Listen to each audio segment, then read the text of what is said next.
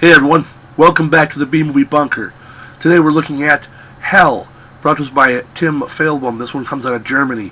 And actually, Hell in the title here is actually the German word, which translates as bright light.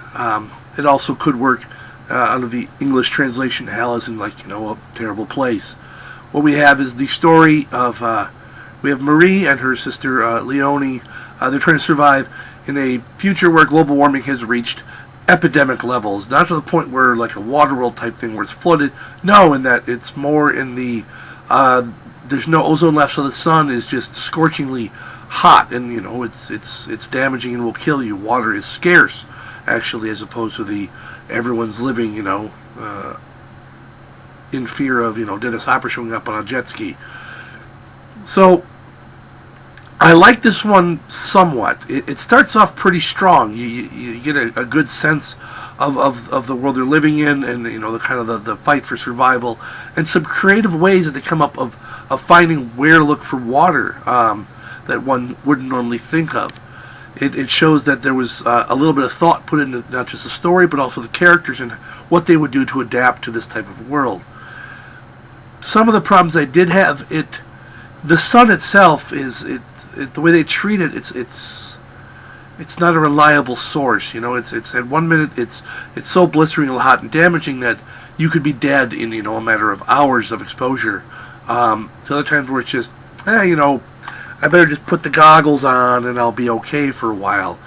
It doesn't establish itself well and stick to one established criteria or one established pattern of how the sun works.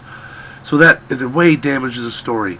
Also, as the story progresses, now thankfully, this one doesn't get into zombies. Not that I have anything against zombies, but it's zombies are becoming the cliched apocalypse. And while this one does go in a cliched path with some of the people they run into, I think it still works for the most part. It's other people showing what they would do to survive in such a world. Overall, a scale of 1 to 10, I mean, it kind of reminds me of those old point-and-click adventure things where the characters, you have very limited options of what you can do, and none of them, at times, are the ones that are the smart option at all. So there's that whole, at times the characters do things, you're like, I don't think anyone who survived this long would make that kind of mistake.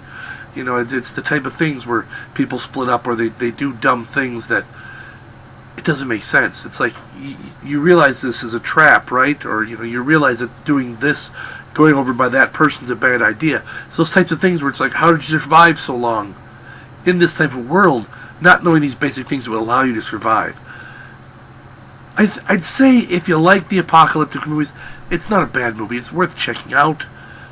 They do some good effects of just getting the whole blighted world and the bleakness and the dreariness of a world that is slowly basically being baked to death.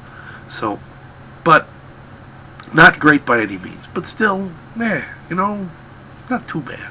So that's all I have for this one. I'm a little under the weather, so I'm keeping it kind of shorter. So until next time, stay safe out there in the wasteland, and stay away from those three-legged hookers, because you're gonna get desert crabs or whatever. Those types of things that happen out here in the wasteland. So, ciao. Ciao. I'm fucking Italian.